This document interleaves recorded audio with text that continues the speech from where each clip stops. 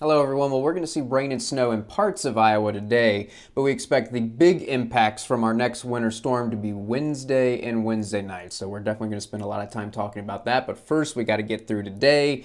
And for the morning commute, this is 8 a.m. We're only talking about some isolated snow showers and flurries in the most western part of the state. Most of us are going to have a dry morning commute. Temperatures, not much variation right now. Boy, that is going to change as we go forward in time. But this morning, looking at temperatures of mid to upper teens to the northwest and as warm as the upper 20s to the south and east. And we're going to do a comparison of the winds from west to east because there's definitely going to be variation from west to east. Early this morning in the western part, say very little wind, no more than 5 miles per hour. But in the eastern part of the state, cold front just came through last night, so a little bit on the breezy side, gusts around 20 miles per hour. Jumping ahead to noon, and now we're talking about some scattered light to moderate snow showers. Notice no dark shades of blue showing up, so no heavy snow, but scattered light to moderate snow showers, certainly a possibility from Sioux City, Fort Dodge, Mesa City, and a little bit of a rain-snow mix farther south. But notice the southeastern part of the state still largely dry. Let's take a look at high temperatures this afternoon, about 3, 4 o'clock. And again, today, not a whole lot of variation. Yes, as cold as the low 30s in the northern part of the state, but only a 10-degree difference in the southern part of the state where we're going to be topping out low 40s. Now, from west to east, big difference in the wind. I do have to say, western part of the state, windy, gusts 30 miles per hour. And as you go to the east, less and less wind. Around the Quad Cities, winds this afternoon only around 10 miles per hour. So a wind chill factor to the west, but not in the eastern part of the state. And notice that it's about 3, 4, 5 o'clock. That's probably going to be the peak of the scattered rain and snow showers. I do think it's just rain and snow today. You can see that rain-snow line. So the snow probably limited to the most northern fourth of the state. And then you have an area of scattered rain showers, and then really Quad City's kind of on the line from even getting in on the rain showers, more isolated activity once you get around the Quad Cities, and then just completely dry in the most southern part of the state. And so then by the time we get to 8 o'clock this evening, really not a lot going on, just some isolated snow showers and flurries in the most northern part of the state, but most of us dry. So let's jump ahead to the bigger impacts that we're expecting tomorrow. Now we're taking a look at the morning commute tomorrow, and it is a very different story from the morning commute today, where we're just expecting some isolated snow showers and flurries in the western part of the state. Now we're talking about scattered activity all across the state, but it definitely is going to vary because tomorrow there's going to be quite the temperature difference across the state. So it's scattered rain showers to the south and east, and scattered snow showers in the northwestern half of the state. And you see that purple showing up right in the central part of the state tomorrow. That's not just a rain-snow mix. What that purple is for tomorrow is a combination of freezing rain and sleet. So green is rain, blue is snow, and the purple that you're seeing for tomorrow is freezing rain and sleet.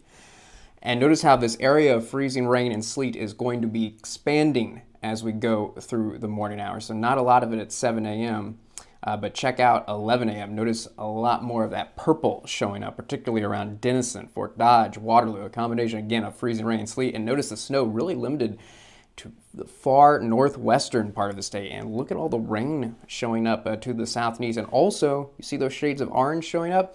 It's not just showers, but the possibility of thunderstorms as well, and heavy rain and lightning. That is a possibility in the southeastern part of the state.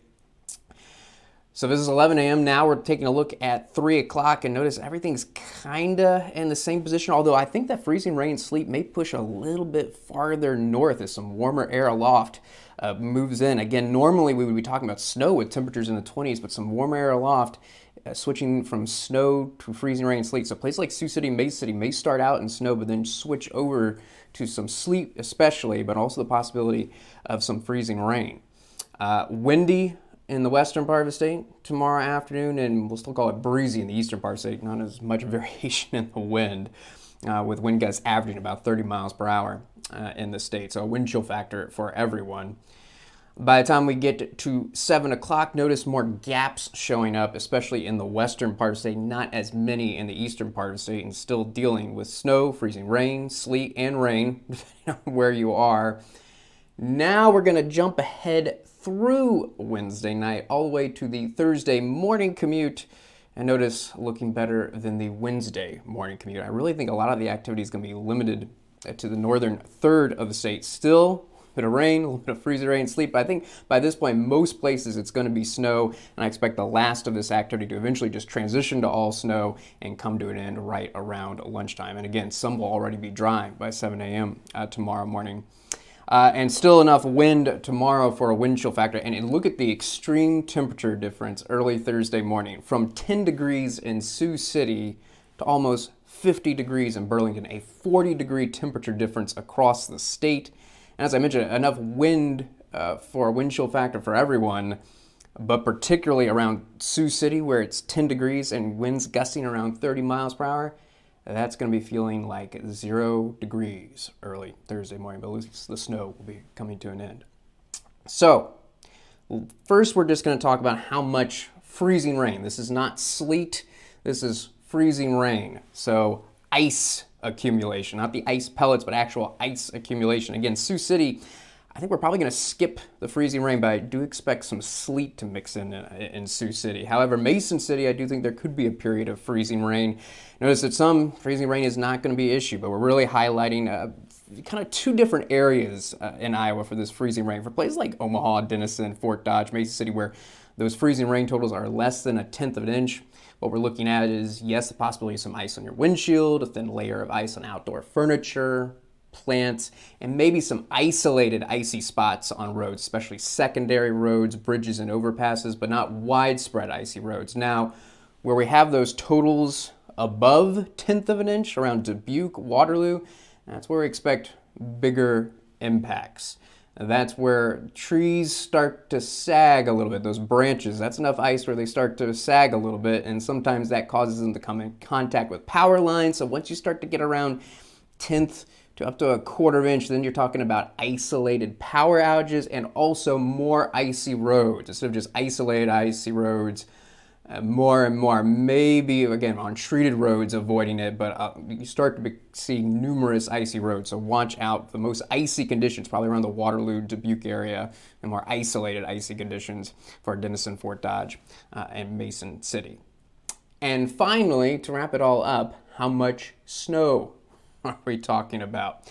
And look how for many in the southeastern half of the state, we're talking about no snow and all rain or just a little bit of freezing rain. Like Quad Cities, for example, notice no freezing rain and no snow, an all rain event. And then there are a lot of places actually where we're just expecting a dusting to an inch. Waterloo, Dubuque, Fort Dodge, for now. Although I will say, look at the very tight snowfall gradient. So Fort Dodge, a dusting to an inch, but Mason City, 3 to 4 inches.